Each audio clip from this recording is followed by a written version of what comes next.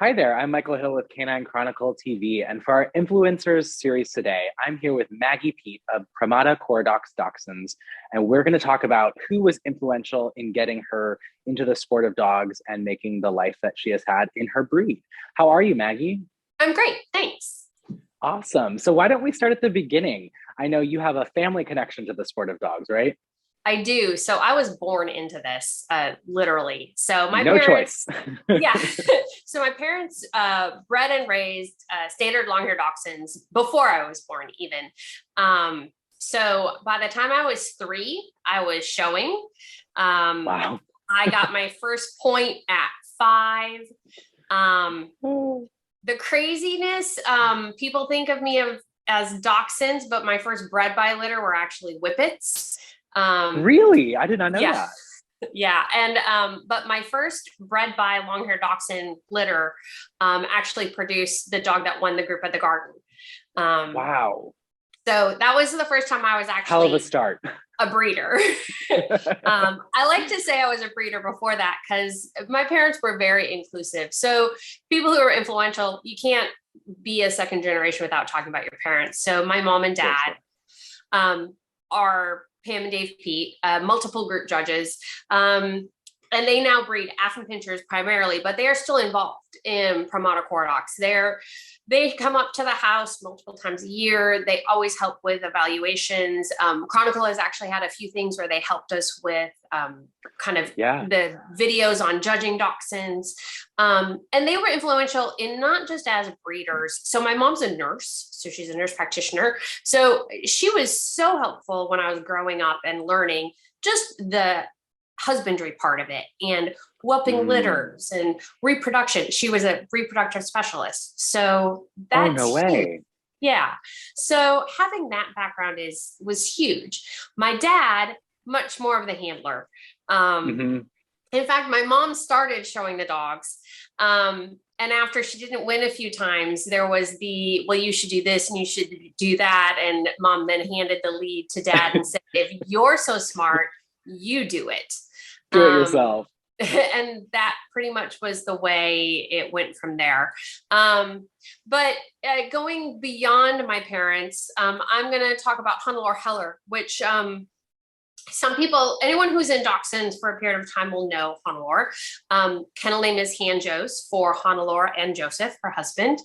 Hmm. Hannelore had a Quaker Oats winning long-haired dachshund, won unbelievable number of nationals, world-renowned, great German lady.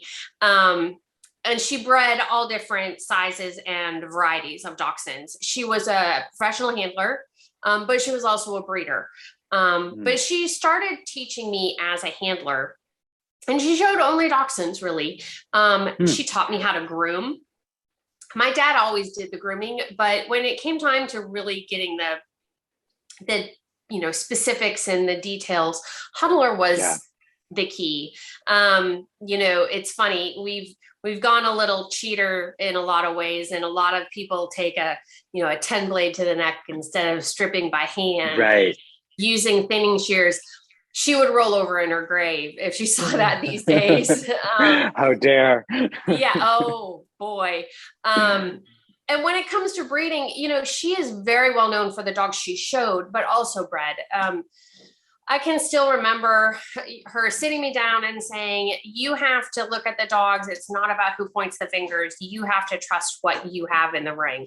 And she Mm. frequently would show dogs and just walk through it with me and help me with evaluations. But she was just a truly honest, good dog person. Hmm. She also was very competitive. So I will say, my career, I had a period of time that I took off about 7 years. And I kind of think back to when Hannelore had a kind of a little incident. And she was kind of having a little hissy fit outside the ring because she'd lost. And her husband, Joe, picked her up and carried her out of the building. And she came to dinner at our house that night. And they were talking, mom and dad were talking that I had been bad that day and hadn't behaved properly.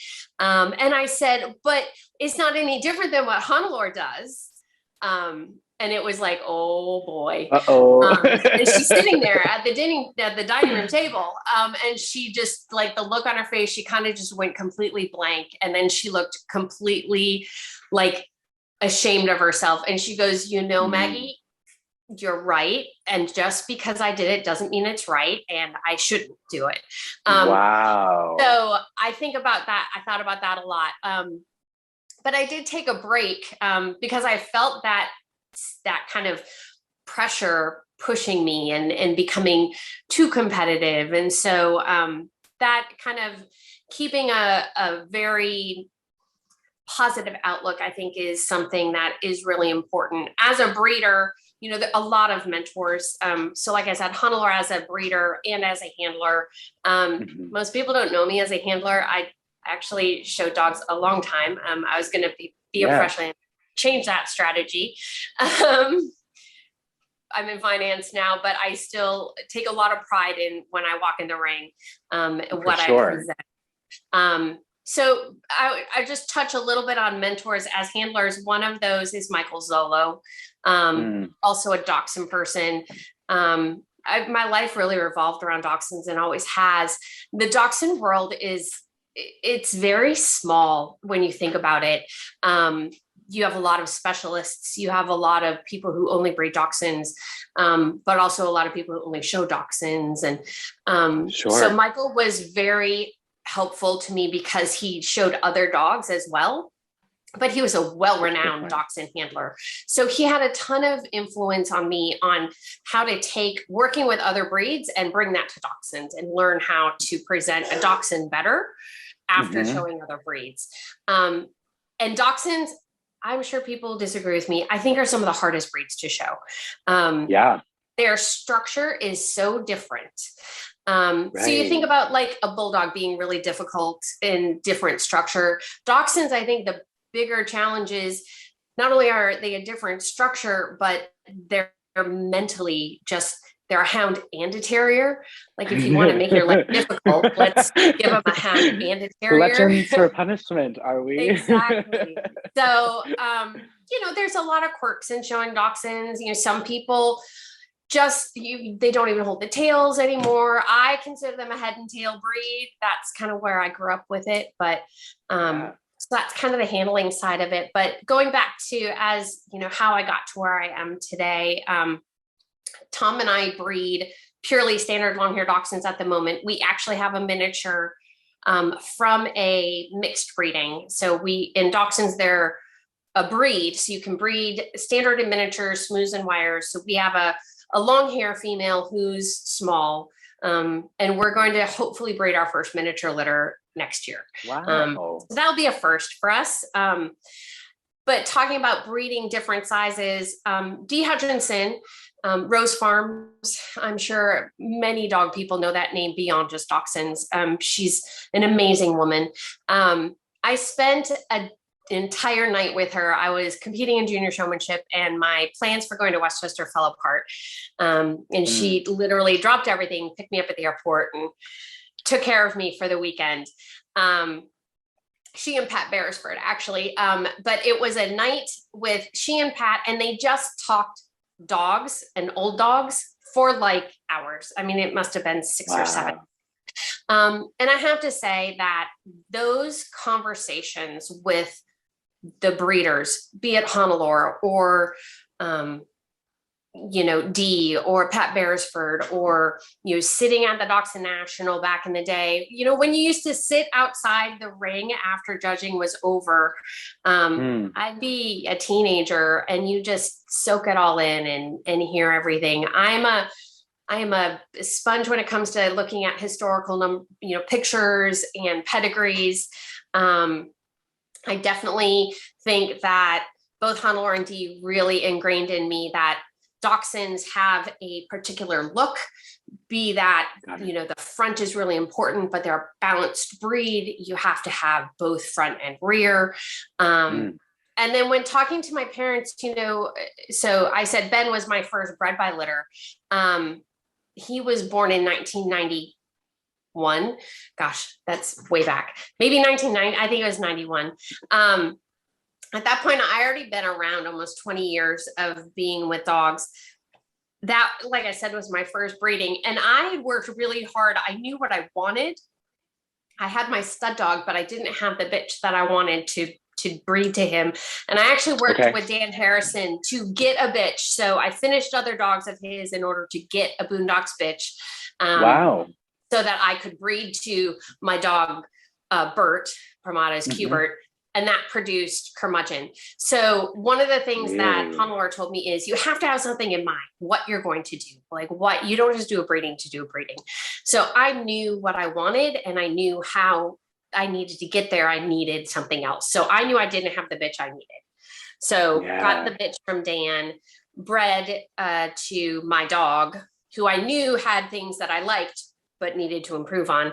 And from there, I got Ben. And then my breeding program since then has really been focused on improving that, but maintaining that look.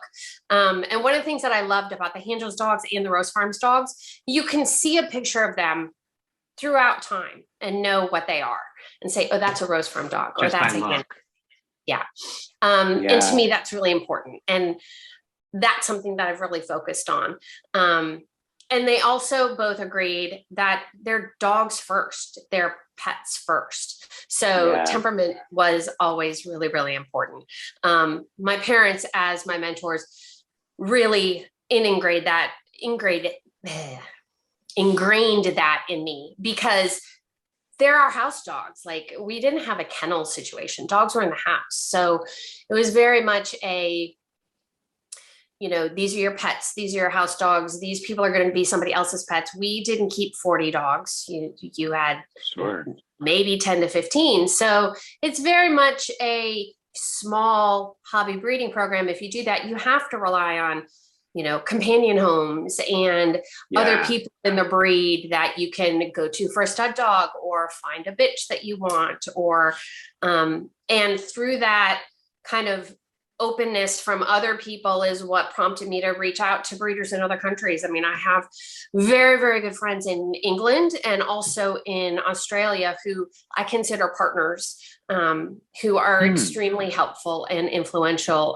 Fran Mitchell and Emily Abronia in the UK, and then the Briar Mist, Lyndall and Jim Black in Australia. We wouldn't be where we are today if it wasn't for them as well. So awesome. I think it's, you know, when people talk about mental, it's not just a single person, but I can tell you, I wouldn't be who I am today without Hannelore.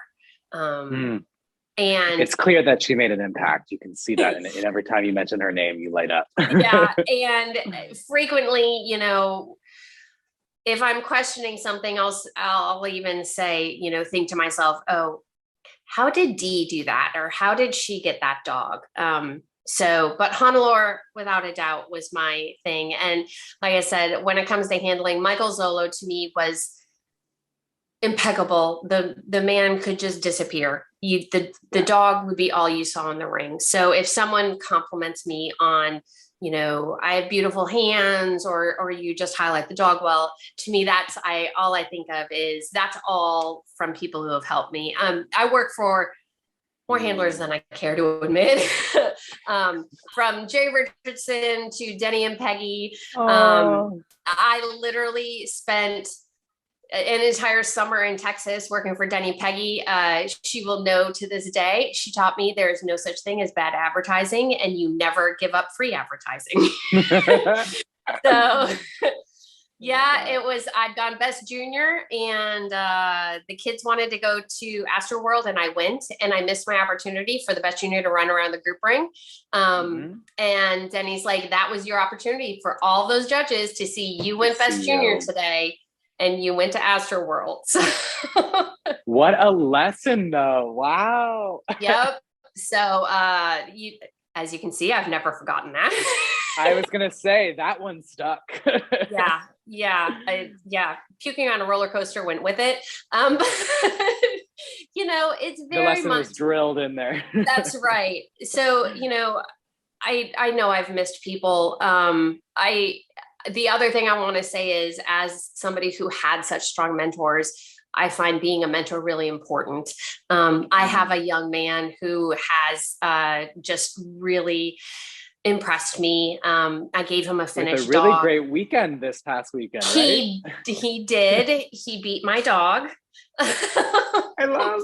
And it was very sweet. He's like, I'm so sorry. And I immediately texted him. I wasn't there. I immediately texted him. I said, don't you ever apologize for winning. That is the best thing that I could do, is mentor you to the point that, one, I've given you a dog that is worthy, and two, you have presented it in a manner that it could be rewarded. So to me, that's, as a mentor, that's huge. He also went select pitch at the national. I mean, these are things that tell me, okay, part of your job as a mentor, I think, is selecting the right mentee. Sure. So I'm going to give myself a little bit of credit for being picky. Yeah. Knowing where to put your time and your effort. Yeah. But I'm very excited to see what he contributes to Dachshunds. He's a very big addition to both Pramada Cordox and the sport in general. So a sport that needs young, active, interested people. So, on that note, I was going to ask, when you are now in this position of somebody who has done these accomplishments, group winners at the Garden and so many nationals and generations of a breeding program, what are some things that you are looking for in a mentee? And what maybe could you advise someone who is younger or newer in any breed in the sport to make the most of the opportunities of people who are around them that they could learn from, like you did with so many different types of people? Mm-hmm. So first, I'm going to say, if you're new to the sport and you're wanting to get involved, give it time. So Oscar came to us. He met us for the first time a year ago in person. Prior to that, we had probably been talking for about 3 months. So we talked for about 3 months. He met us in January, and he didn't get a dog until October. So that's just to keep kind of a thought process there. Also, don't think you necessarily need a puppy right off the bat. This is something that I talked to a few other people and some breeders who hadn't considered this, but we gave a finished dog to Oscar. As a mentee and as a new person, when you take on a young, unfinished dog from a breeder, sometimes there's a lot of pressure, right? Oh, it has to get finished. I have to do these things. So as a mentor, something to think about is, hey, maybe don't put that pressure on them. Give them a finished champion. Let them show as a grand championship as their goal, where that pressure is off, where you're not fighting for the majors, where you've already had that goal accomplished. There's no time limit on getting that grand championship. We had a novice person who, she struggled so hard. She would go winners, and then the major would come and she'd get reserve. And she got very, very frustrated. I finally finished the female. She showed it the very next day as a move up and went opposite sex over a bunch of bitch specials. Very first time showing as a champion, but she had no stress. She was relaxed. She had a good time. The dog showed the pressure was off. Mm-hmm. So if you're new to the sport, give yourself time, do your research. If someone tells you no, first ask them why. Like, is it no because you're not comfortable, it's not the right time, or are you not a good fit? Number one, find a fit. You need to like that person. Just because they have the dogs that are winning doesn't mean that they're the right person for you. So I think that's a big thing. And then have a goal in mind. What is your goal? Saying, oh, I want to get involved in dogs. Okay. A small goal to start with. For Oscar, he's like, I don't know if I want to breed. I think I do, but I have other people who I've mentored who are like, I definitely don't want to breed. I just want to show dogs.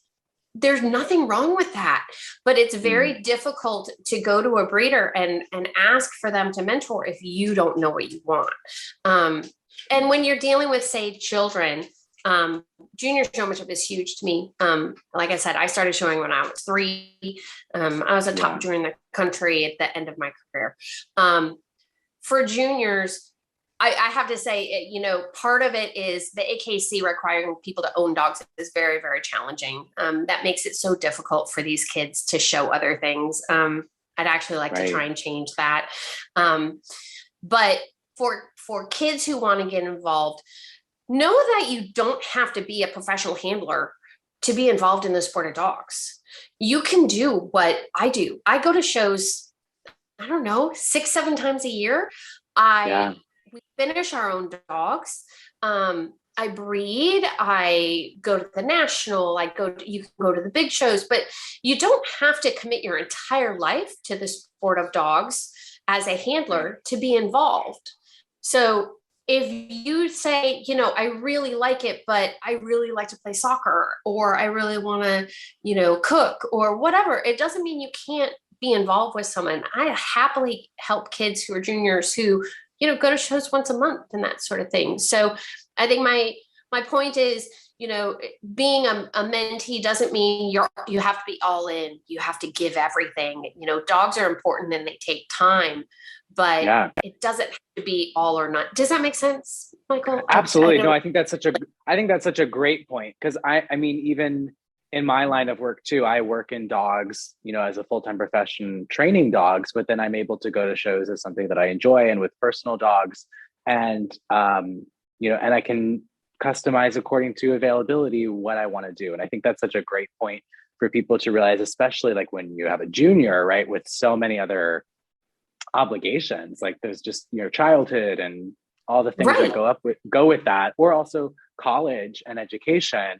It's not maybe the right thing for everybody, but for some people it can be a really important, step to spend that time on education and go to the dog shows when availability presents, and or also do what you did where you took time away from dogs and you're able to come back, and those dogs and those bloodlines are still there. I mean, I think that's something that's really important to recognize, is that the genes don't go anywhere. Right. And when you have a collaboration like you have, Yeah, like you said, I took 7 years. So my dog won the group of the garden.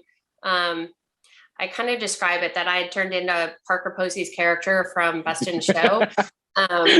It wasn't a good Great thing. reference.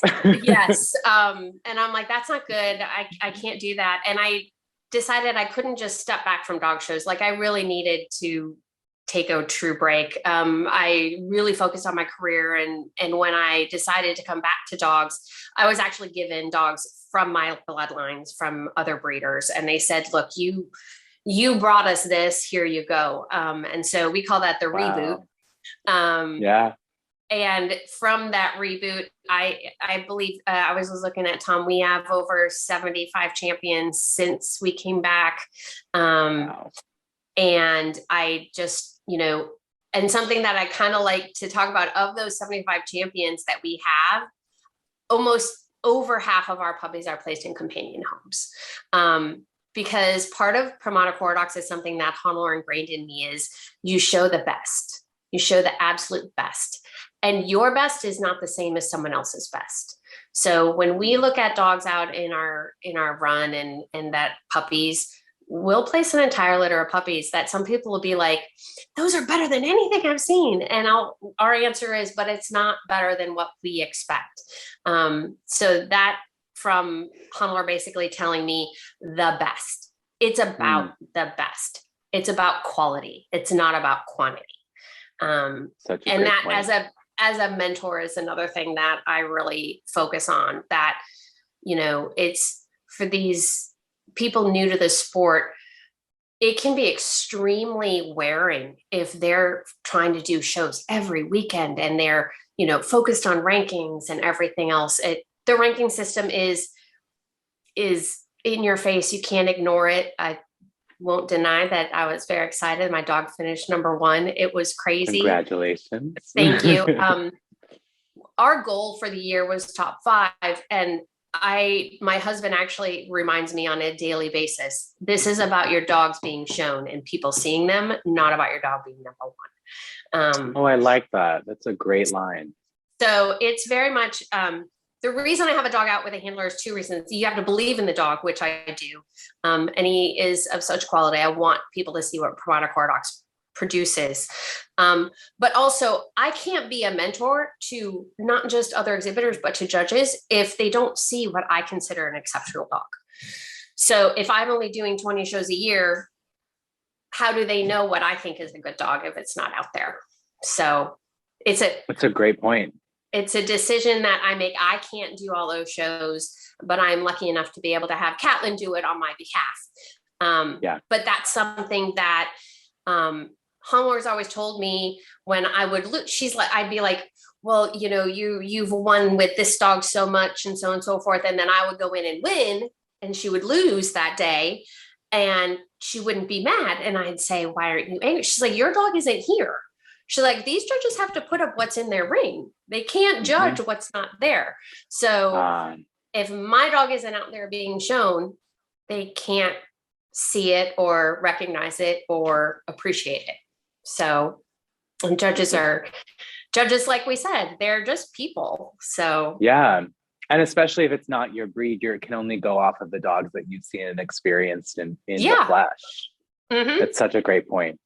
Well, Maggie, thank you so much for your time. It's great to hear, especially how you individually have made dogs your life and done it in a way that's sustainable for you. I think that's something that's really important to talk about, that there isn't one blanket approach to being involved in the sport of dogs, but that you can make it customizable to the life and the relationships and work that you want and still be at the top of your game and as successful as you want to be. So thank you so much for sharing with us today. You're welcome. Thank you so much, Michael.